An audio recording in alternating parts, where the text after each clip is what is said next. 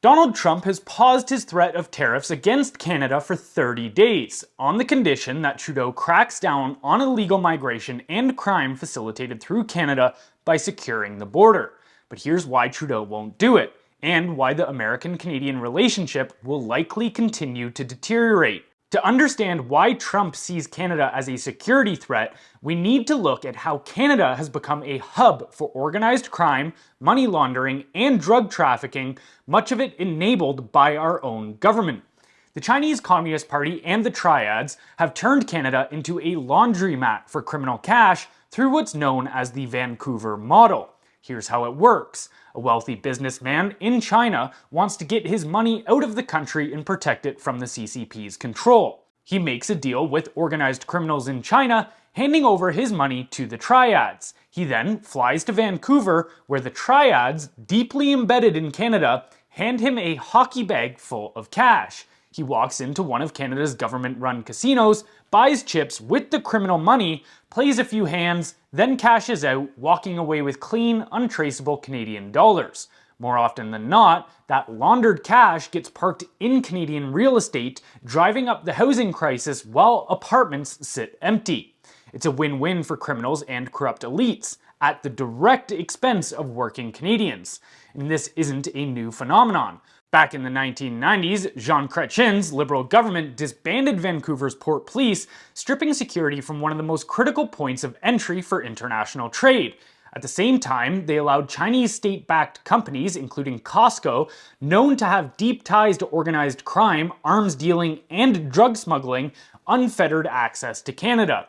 When American and Canadian intelligence agencies started warning about foreign organized crime infiltrating the country, the Liberals ignored them. The result? An opioid crisis that has left tens of thousands dead and entire communities hollowed out by addiction. To understand why Canada's ruling elite ignored the warnings, we need to examine their political disposition. The term Laurentian Elite refers to the power brokers in Toronto, Ottawa, and Montreal, politicians, businessmen, and media figures who control Canadian public policy. These elites are overwhelmingly socialist in nature and see China, not America, as the model to emulate. Pierre Trudeau openly admired Mao Zedong and Fidel Castro, two communists, sentiments echoed by his son, Justin, who once gushed about China's basic dictatorship. Jean Chrétien's Liberal government had sketchy financial ties to China. Jean Charest cozied up to Huawei. Canada's current Environment Minister, Stephen Guilbeault, is not only a self-proclaimed socialist, but also vice chair of a Chinese Environmental Advisory Board. This is why Canada's ruling class welcomes Chinese influence rather than resists it. Justin Trudeau, indoctrinated from childhood to defend the Chinese Communist Party, was raised in an environment where his father insisted that even China's mass famines and the deaths of 40 million people were not to be criticized. Do you really think someone trained to excuse the CCP's worst atrocities will suddenly care about Chinese-backed narco groups flooding Canada and the US with fentanyl? Fast forward to today, and Canada's drug crisis is worse than ever. In British Columbia alone, a single drug superlab was found to have 54 kilograms of fentanyl, enough to kill 27 million people. The Sinaloa cartel makes an estimated $3 million a day in Canada, laundering their money through Chinese-backed criminal networks. Meanwhile, the Laurentian Elite try to downplay the issue, whining that, quote, only 1% of fentanyl entering the US comes from Canada. But, as ex-RCMP official Gary Clement put it, that's a crock of shit.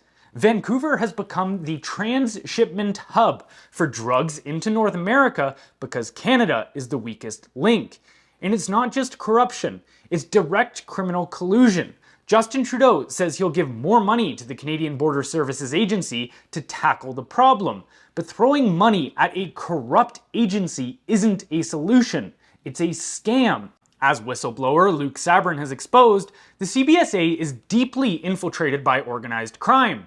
When he refused to destroy evidence and started pushing back against corruption, a cartel member confronted him and threatened his family, something that would have been impossible unless someone within the CBSA had leaked information to the cartel.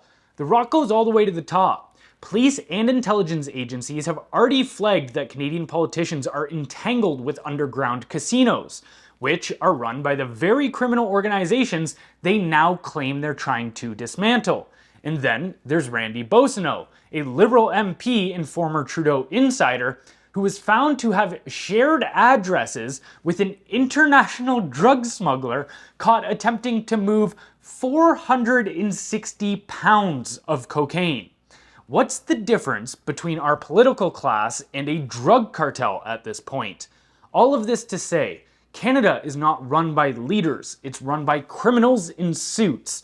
Until the political elites face real accountability, with many rightfully ending up behind bars, the crime and drug crisis will rage on, and Trump will never see the action he expects from Trudeau. Meanwhile, the Canada-US relationship will continue to crumble. And why wouldn't it? The Laurentian Elite despise America. They've spent decades positioning Canada as the country that is not America, treating the US as a cultural and ideological enemy while embracing China as the future.